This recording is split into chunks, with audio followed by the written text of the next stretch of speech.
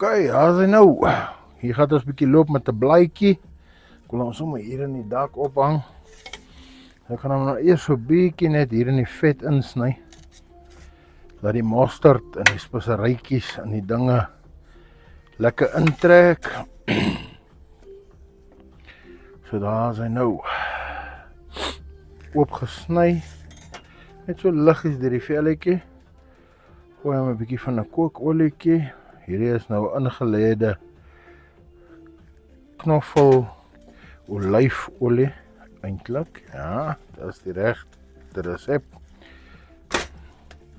Smeer hom net so deel dat die speserye kan iewers hom vas te byt. En dan gooi hom met 'n mostertjie.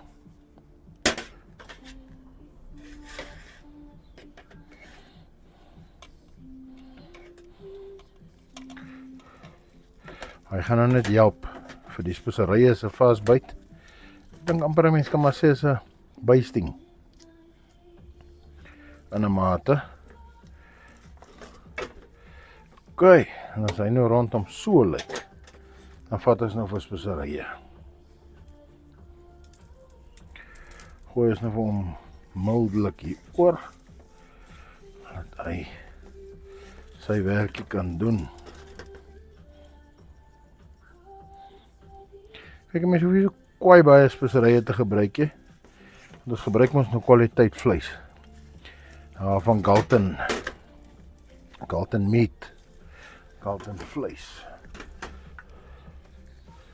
Okay, kry ons nou vir hakie.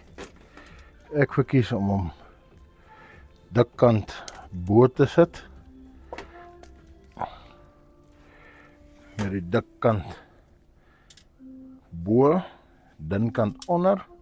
En dan kyk ons waar kom ons uit met hom. Daar is hy op sy plek. En so loop my gunsteling vuurtjie.